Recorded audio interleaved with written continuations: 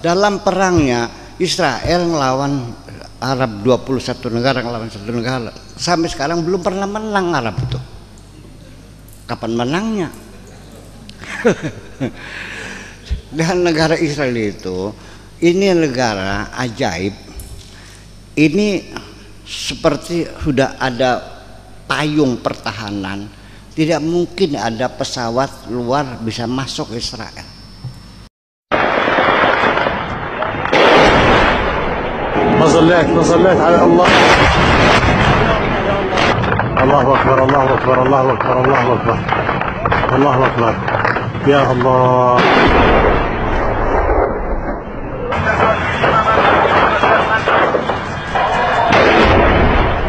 الله أكبر.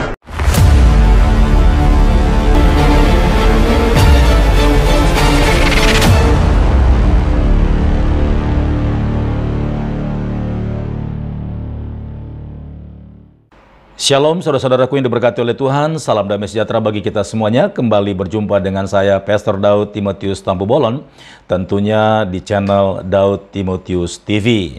Ya, apa kabar saudara-saudaraku yang diberkati oleh Tuhan? Saya berdoa saudara-saudara senantiasa sehat selalu dan diberkati oleh Tuhan. Terima kasih banyak sudah mengklik video ini, dan dengan mengklik video ini saudara sudah turut dan ikut mendukung pelayanan Pastor Daud lewat media YouTube di Daud Timotius TV dan memberitakan kabar baik serta menyampaikan Injil Kerajaan Allah serta kebenaran-kebenarannya sampai ke ujung bumi. Dan jangan lupa untuk mendukung channel ini dengan mensubscribe serta menyalakan tombol loncengnya agar channel ini cepat berkembang dan menjadi berkat bagi banyak orang. Terima kasih banyak saudara-saudaraku yang diberkati oleh Tuhan. Ya, seperti video pengantar di depan bagaimana Ustadz yang sangat terkenal dan sangat bijak yaitu Buya Syakur yang memastikan bahkan mengatakan dengan jelas bahwa Israel adalah negara ajaib. Garis bawahi ajaib. Tentu keajaiban itu hanya ada dan bisa dimiliki oleh seorang pribadi, yaitu Tuhan dan Allah. Nah, kenapa Israel menjadi sebuah negara yang ajaib? Dan berkali-kali seperti kita ketahui baru-baru ini tanggal 7 Oktober 2023 kembali Israel diserang dengan rudal-rudal yang mengganas dan membabi buta oleh salah satu ormas yaitu Hamas, dan alasannya tidak jelas, tetapi kita mengerti bahwa dari zaman dahulu, dari zaman kerajaan, dari zaman kejayaan bangsa Israel, ya, ketika mereka keluar dari Mesir, suku ataupun bangsa Palestina atau Filistin saat itu selalu mengejar bahkan menyerang bangsa Israel, karena bangsa Israel ini adalah bangsa yang diberkati oleh Tuhan. Dan ketika saat itu bangsa Israel sedang banyak membawa harta benda yang diserahkan oleh majikan-majikan mereka di Mesir ketika mereka diperbudak di sana. Dan bangsa Filistin menurut sejarah Alkitab mereka ingin merampok dan menjarah harta-harta benda yang ada yang dimiliki oleh bangsa Israel. Nah, saudaraku, kita tidak heran kalau sampai hari ini pun ya, Israel ini selalu mendapatkan tekanan-tekanan dari negara-negara yang tidak menyukai keberadaan mereka di tanah perjanjian, yaitu di tempat kediaman bangsa Israel sekarang. Nah, saudaraku yang diberkati oleh Tuhan, seperti yang dikatakan oleh Ustadz Buya Syakur bahwa bangsa Israel ini tidak akan bisa terkalahkan karena bangsa Israel ini tidak berdiri atas kemauannya sendiri. Bahkan ketika bangsa Israel dalam perjalanannya sampai ke tanah Kanaan dan itu menjadi tanah yang dijanjikan Allah kepada mereka saat ini, tentulah itu bukan karena kekuatan mereka saja, tetapi karena adanya bantuan daripada Allah yang mereka sembah. Bahkan Allah yang sebenarnya menciptakan langit dan bumi, dan Allah satu-satunya yang sangat berkuasa di bawah kolong langit ini. Nah, saudaraku ini diberkati oleh Tuhan, jelas bahwa bangsa Israel ini memang tidak akan bisa dikalahkan karena ada pribadi yaitu Allah yang berjanji dan senantiasa akan menolong mereka, bahkan sekalipun di tengah-tengah kesukaran besar dan seperti bencana alam, kelaparan, dan masa-masa sukar seperti wabah-wabah penyakit. Nah, saudaraku diberkati oleh Tuhan, lewat video ini Pastor Daud ingin menjelaskan dan menyampaikan kepada semua saudara-saudara yang menyaksikan video ini, kenapa bangsa Israel tidak bisa dikalahkan, dan Ustadz Buya Syakur sudah mengakuinya bahwa bangsa Israel ini adalah bangsa yang ajaib. Tentu itu semuanya karena anugerah Tuhan. Nah, saya ingin menyampaikan kepada saudara, ada sebuah sejarah yang tidak bisa dihapuskan oleh manusia, di mana Raja Salomo diputuskan hanya dialah yang bisa membangun bait Allah dan mendirikannya untuk menyenangkan dan memuliakan Tuhan. Ayahnya Daud, sekalipun dia berkenan di hadapan Tuhan, tetapi Allah tidak berkenan kalau Daud yang membangun bait Allah bagi Allah semesta alam ini. Tetapi Salomo, anaknya Raja Daud, dialah yang ditentukan untuk membangunnya. Saudaraku, ketika Raja Salomo sudah tiba waktunya dan dia memutuskan untuk membangun bait Allah yang ada di Israel saat ini, saudaraku. Nah, pada saat itu jugalah terjadi keajaiban yang sangat luar biasa, di mana Allah yang bertahta di kerajaan surga turun mengurapi, bahkan menguduskan tempat itu, dan ini disaksikan oleh semua orang yang ada saat itu ketika Allah turun dengan kemuliaannya. Dan pada saat itulah Allah membuat sebuah perjanjian atau covenant yang tidak bisa dibantah oleh siapapun, bahkan sampai dunia ini dihancur leburkan atau berakhir, saudaraku. Haleluya. Saya akan bacakan buat kita semuanya dari 2 Tawarik 6, saudaraku. Ini panjang sekali. Saudara boleh dengarkan pelan-pelan dan saudara sambil perhatikan Alkitab saudara, maka Pastor Daud akan membacakan buat kita bagaimana doa Salomo itu hidup sampai hari ini. Sekalipun tidak terdengar suaranya, tetapi surga telah mencatatnya dan telah terikat dengan sebuah perjanjian dengan Allah yang Maha Kudus. Haleluya. Ayat yang ke-12 demikian firman Tuhan. Judulnya Doa Salomo.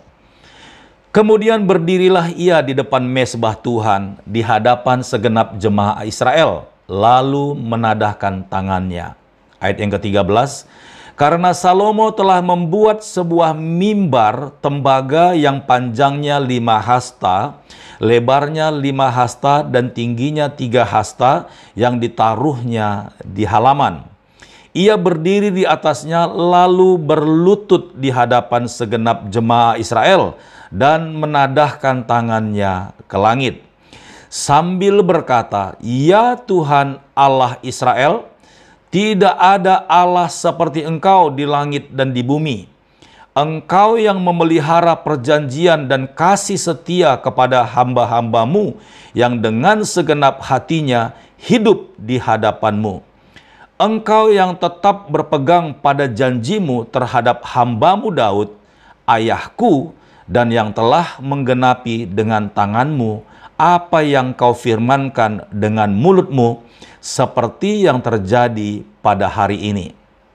Ayat yang ke-16, "Maka sekarang ya Tuhan Allah Israel, peliharalah apa yang kau janjikan kepada hambamu Daud, ayahku, dengan berkata, keturunanmu takkan terputus di hadapanku, dan tetap akan duduk di atas tahta kerajaan Israel, asal anak-anakmu tetap hidup menurut hukumku, sama seperti engkau hidup di hadapanku." Ayat yang ke-17, "Maka sekarang ya Tuhan Allah Israel, biarlah terbukti kebenaran firman-Mu yang telah kau ucapkan kepada hambamu Daud." Ayat yang ke-18, "Tetapi benarkah Allah hendak diam bersama dengan manusia di atas bumi, Sesungguhnya langit, bahkan langit yang mengatasi segala langit pun tidaklah dapat memuat engkau, terlebih lagi rumah yang kudirikan ini. Maka berpalinglah kepada doa dan permohonan hamba-Mu ini, ya Tuhan Allahku. Dengarkanlah seruan dan doa yang hamba-Mu panjatkan di hadapan-Mu ini. Ayat yang ke-20. Kiranya mata-Mu terbuka terhadap rumah ini siang dan malam, terhadap tempat yang Kau katakan akan menjadi kediaman nama-Mu. Dengarkanlah doa yang hamba-Mu panjatkan di tempat ini. Dan dengarkanlah permohonan hamba-Mu dan umat-Mu Israel yang mereka panjatkan di tempat ini, bahwa Engkau juga yang mendengarnya dari tempat kediaman-Mu, dari surga, dan apabila Engkau mendengarnya, maka Engkau akan mengampuni. Ayat yang ke-22.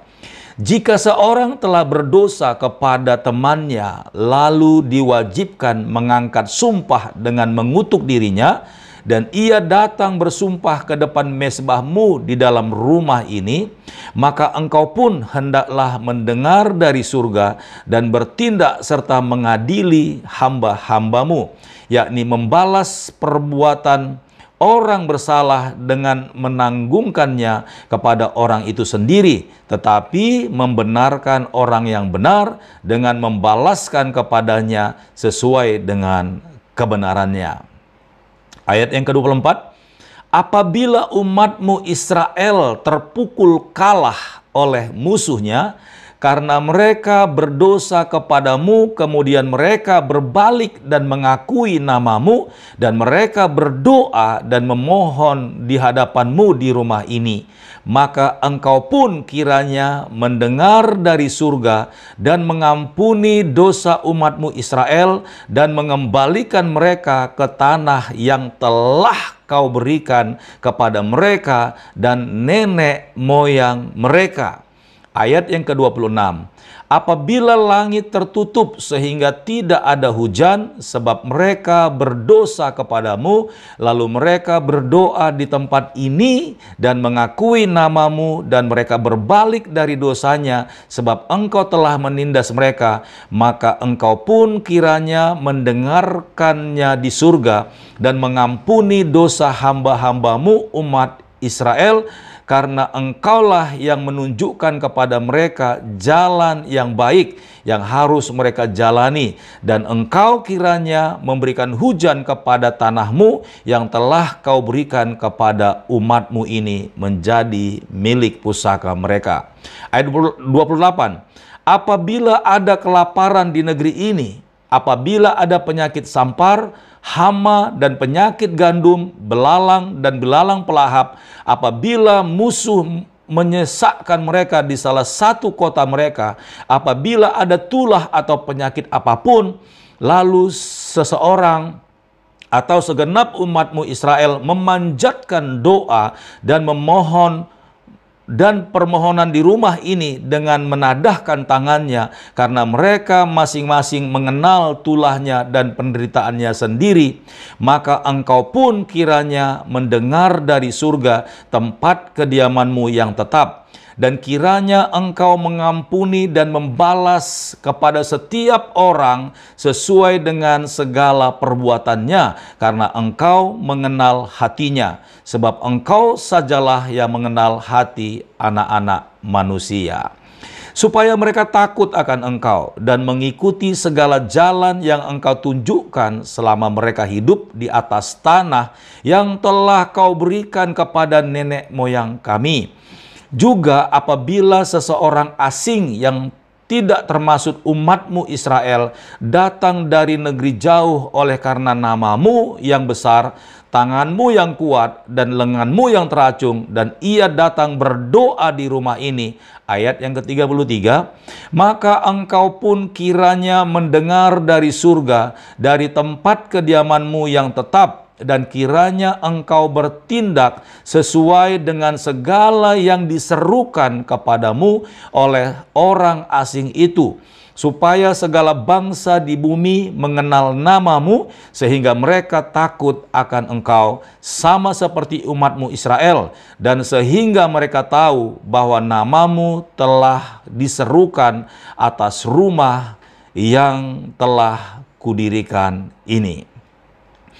Ayat yang ke-34, apabila umatmu keluar untuk berperang melawan musuh-musuhnya ke arah manapun engkau menyuruh mereka, dan apabila mereka berdoa kepadamu dengan berkiblat ke kota yang telah kau pilih ini dan ke rumah yang telah kudirikan bagi namamu, maka engkau kiranya mendengar dari surga doa dan permohonan mereka, dan engkau kiranya memberikan keadilan kepada mereka. Ayat yang ke-36, apabila mereka berdosa kepadamu karena tidak ada manusia yang tidak berdosa, dan engkau murka kepada mereka dan menyerahkan mereka kepada musuh, sehingga mereka diangkut tertawan ke negeri yang jauh atau yang dekat.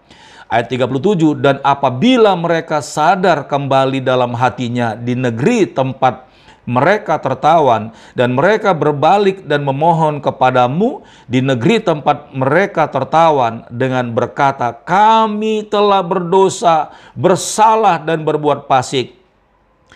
Apabila mereka berbalik kepadamu dengan segenap hatinya dan dengan segenap jiwanya di negeri orang-orang yang mengangkut mereka tertawan, dan apabila mereka berdoa kepadamu dengan berkiblat ke negeri mereka yang telah kau berikan kepada nenek moyang mereka, ke kota yang telah kau pilih dan ke rumah yang telah kudirikan bagimu, maka engkau kiranya mendengarkan dari surga, dari tempat kediamanmu yang tetap, kepada doa dan segala permohonan mereka, dan kiranya engkau memberikan keadilan kepada mereka, dan engkau kiranya mengampuni umatmu yang telah berdosa kepadamu.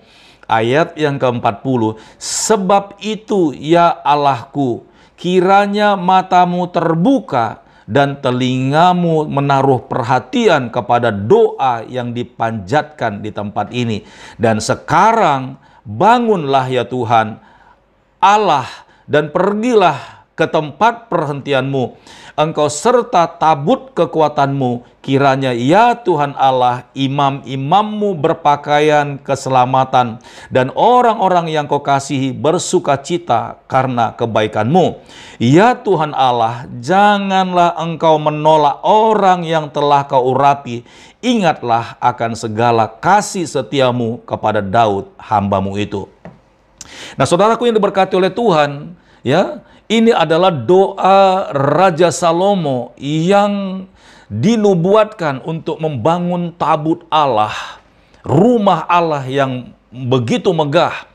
Dan dengan doa yang begitu luar biasa ini, kita telah mendengar, saudara, bahwa Raja Salomo sedang mengadakan sebuah ibadah ritual iman yang begitu kuat, yang sangat berkenan di hadapan Allah. Dan ketika Raja Salomo sudah selesai dalam doanya yang telah kita dengar barusan, saudaraku yang diberkati oleh Tuhan, apa yang terjadi?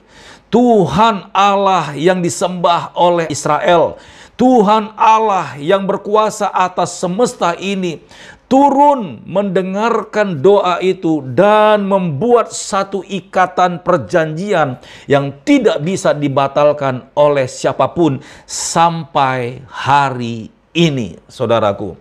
Bahkan bangsa-bangsa asing pun yang datang ke negeri di mana Allah memberikan tanah itu menjadi tanah untuk umat Israel, saudaraku. Dan apabila ada orang-orang asing datang ke sana dan berkunjung ke kota itu dan menaikkan doa di tempat itu, Raja Salomo meminta dan memohon kepada Tuhan agar Allah yang dia sembah, agar Allah yang disembah oleh bapaknya Daud menjawab doa-doa yang dinaikkan oleh orang-orang asing yang berdoa di tempat itu.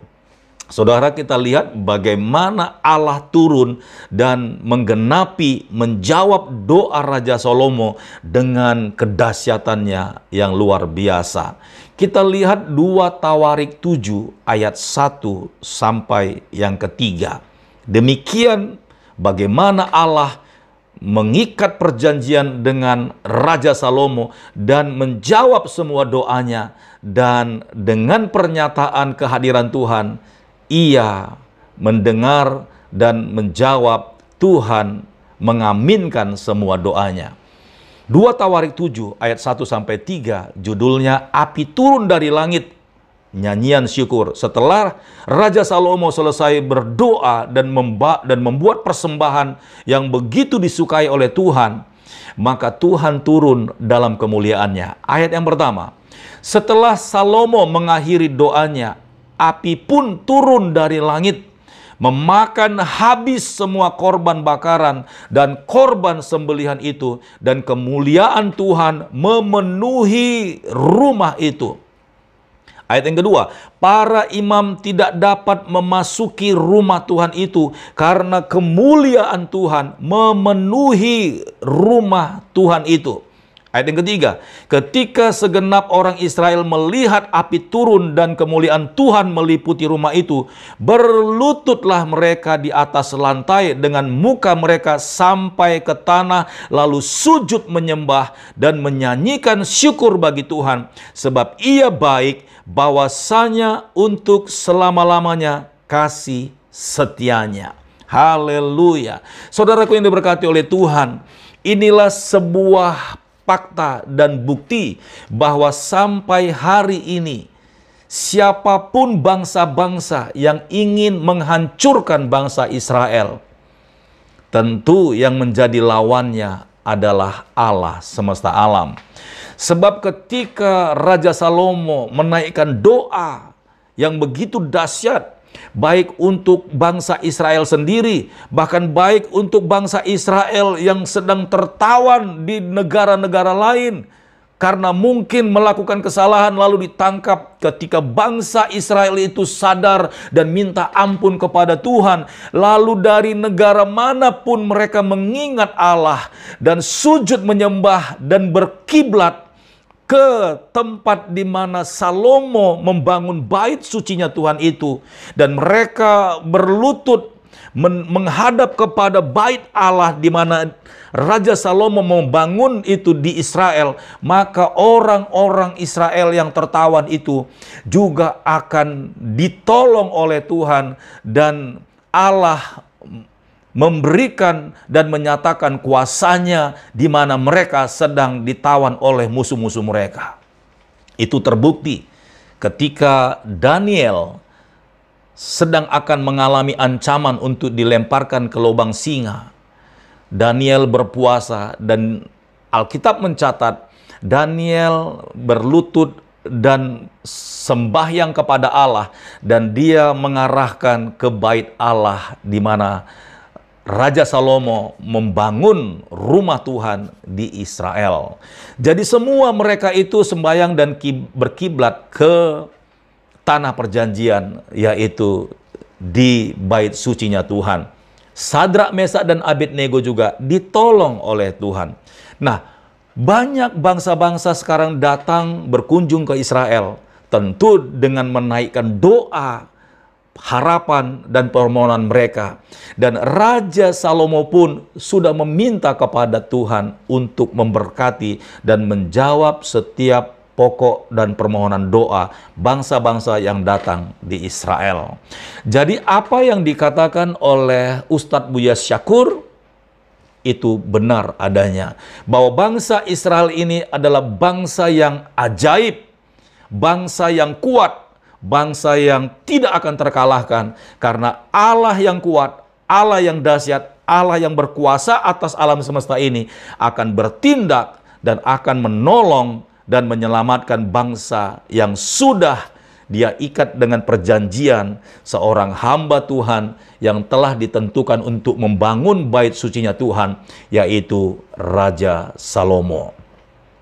Nah, jadi saudara-saudaraku diberkati oleh Tuhan, kita tidak perlu heran kalau siapapun yang mencoba untuk menghancurkan bangsa Israel, lawannya adalah Tuhan. Haleluya. Kiranya video ini boleh menjadi berkat bagi kita semuanya. Tetap semangat saudaraku, tetap berdoa untuk Israel, tetap juga kita berdoa untuk perdamaian dunia ini, karena generasi kita juga perlu mengetahui dan menikmati sejarah yang dituliskan oleh Alkitab yang sampai hari ini masih ada di Israel. Sampai jumpa di video berikutnya bersama saya Pastor Daud Timotius Tambubolon, tentunya di channel Pastor Daud Timotius TV.